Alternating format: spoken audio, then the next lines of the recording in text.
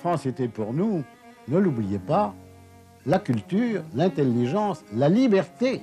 Enfant des colonies, petit-fils d'esclaves, brillant avocat, président du Sénat, Gaston Monnerville a profondément marqué la politique française. Homme de conviction, son nom reste associé au général de Gaulle, à qui il s'oppose par 2 fois lors de référendums, en 62 puis en 68. Je vous dis donc, il faut répondre non au référendum du 27 avril. On a tout occulté de Monnerville parce qu'il a osé se présenter devant le général de Gaulle à un moment donné de sa vie. Je dis bien à un moment donné de sa vie. On oublie quand même que pendant tout le reste de sa vie, il a été comme le général de Gaulle, un grand Français, oui, un héros. Défenseur des droits de l'homme, Gaston Monnerville fut notamment l'artisan de la départementalisation de celles que l'on appelait alors les 4 vieilles, la Guadeloupe, la Guyane, la Martinique et la Réunion.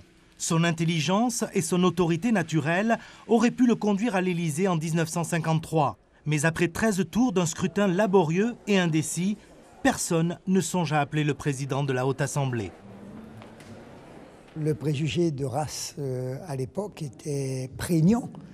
Et Gaston Monnerville s'est rendu compte que lui, président du Sénat, celui qui avait servi la République, fait la Seconde Guerre mondiale, eh bien, le préjugé de race devenait un obstacle rédhibitoire à toute ambition au poste suprême. En gros, il n'aura pas été le premier Obama de la République française.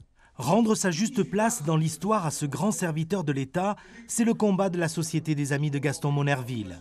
L'association milite pour que celui qu'il qualifie de héros oublié de la République puisse un jour entrer au Panthéon. Et dans cette quête, ils peuvent se prévaloir d'un soutien sans ambiguïté. C'est la raison pour laquelle je pèse mes mots. Parce que, vous voyez, je vous ai parlé en vérité comme je le ressens.